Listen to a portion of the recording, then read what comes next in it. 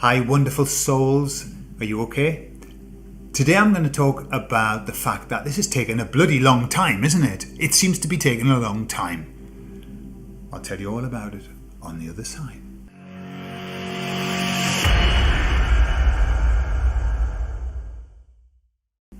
So in another conversation I had with the emissaries, I said, because I do push them, and I said, look, I know you're not allowed to talk about time frames. I know that's not your thing. But this has taken a long time. It seems to be going on for fucking ever. I don't know whether I swore. Sometimes I swear, but I'm not sure. But it does, doesn't it? Like, for God's sake. And they said to me, does it really matter how long it's taking? Well, my answer was yes, it does. To be honest, it does. But they said it doesn't matter how long it's taking. And the reason that it doesn't matter how long it's taking is, one of them, is that in every step that we take along this path, we have a job to do. And in every step, we have a different job to do. So they said, it can't be rushed because there's work to be done. Each step requires of you a certain amount of work. And so they said, just stay strong. Just keep doing what you're doing. They said, these were their words, don't wish the journey away. Okay? Don't wish the journey away. Because it's the journey that actually makes us the person we are when we arrive. Without the journey, we wouldn't arrive in the way that we need to arrive. You remember the metaphor of the butterfly trying to come out of the chrysalis, and if you hurry it up, it comes out and it's not right. It's not right. Well, it's the same. This journey, the whole thing, remember, this is a divine plan. The whole thing is designed to allow us to get to a place with the right mental, physical, emotional, spiritual state. Okay? You can't hurry it. A watched pot never boils. So they were saying, don't try and rush the journey, because it's the journey that actually is the key thing. It's not the arrival. And I remember when I was a kid, well, it wasn't so much a kid, when I was a kind of a teenager and I started to travel, I started to drive in my early 20s, I used to rush everywhere.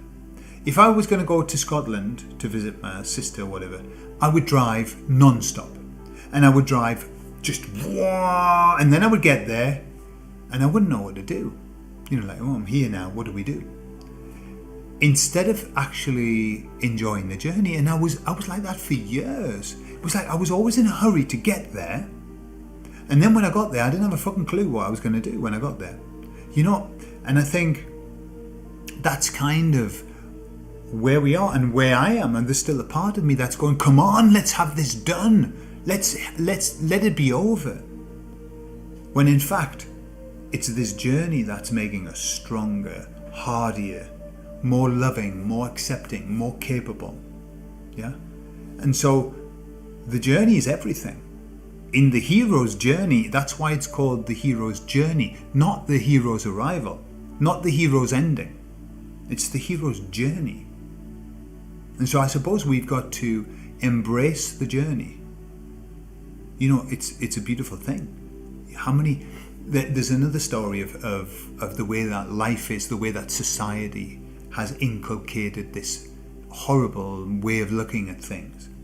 That life is a bus journey. We're all on a bus, and it's travelling through the most beautiful countryside ever. Tremendous things to see. Yet on the bus, all the curtains are closed.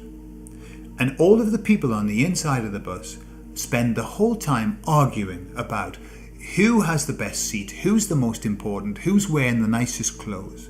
And they argue all the way to the end of the journey. And they get off and they haven't seen anything. They've seen fuck all. Yeah? We don't want to be like that. We don't want to be those kind of people, do we? We want to enjoy the journey, because it's the journey that is the story that we tell. When you read a book, you don't read the ending, do you? You don't get to the ending. The story doesn't go, and they all arrived safely, and everything was wonderful. What would be the point of that story? There is no point. That would be stupid and boring. No, the whole point is the story of them setting off and the troubles they had. And this is the story that we're going to be telling. You wouldn't believe what happened. And then 1 week, right? So it's the journey that gives us the whole talking point that we're going to have, the whole story that we're going to tell. Not the ending. The ending is the happy ending, fair enough. But what happens when you reach the ending of the story? Everybody gets up and they bugger off. Go, oh, that was nice. I particularly liked that bit where he was fighting the dragon. Okay? So, this is what we've got to enjoy. Let's not rush it along. When we get there, it's going to be beautiful. It's going to be wonderful. But I just have a feeling that the stories that we bring with us from here will be much more interesting than the stories that we have there. Right? You know, imagine getting together and going, how was your day? It was beautiful. What happened? Well, beautiful things. And how do you feel? I feel beautiful. Okay? Imagine that for 1,000 years. It's going to get a bit boring, isn't it? How are you feeling? Wonderful. I knew you were going to say that. Yeah. I knew you were going to say it. He says that every time. Every time. And you know, when he says that every time, it makes me feel beautiful too. Yeah. So, look, at least we've got tremendous contrast here. We've got some great stories to tell, some wonderful experiences. We're still alive, so that's a good thing, isn't it? Yeah. So something's going okay. So let's just keep doing that. Let's enjoy the journey. Let's have some fun along the way. Let's laugh. Do you know the biggest power that we have is laughing at their stupidity, is laughing at them. I mean, look, you only need to look at Klaus Schwab in that Star Trek outfit that he's got. I mean, he's ugly as fuck. He's got glasses. Could he not have laser treatment, just get rid of those glasses? Because, you know, it might do something. He's bald, okay? And he's wearing a Star Trek outfit. And this is the man who wants us to worship him and do what he wants. In and of itself, I mean, there are a million memes just in that. And I've seen hundreds of memes. You know, you've got Bill Gates, ugly as fuck. Ugly as fuck. He's a billion trillionaire, and yet he can't get a sweater that looks good on him. He can't get a sweater that looks good. He's not able to comb his hair, like Boris Johnson.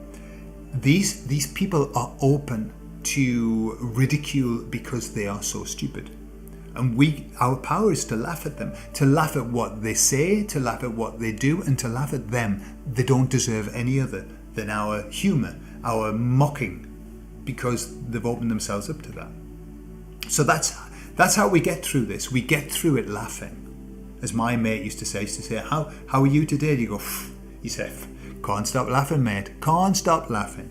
Okay, that was slightly ironic, but the spirit's there. Let's laugh our way through this journey. Let's laugh. Let's hug. Let's kiss one another. Let's have fun. Let's be nice to one another and laugh. And fuck them. They're a bunch of dirty, low-life, stinking monkey bastards. But let's laugh at them, okay? Have a beautiful weekend. I'll see you all later. I love you all. Bye-bye.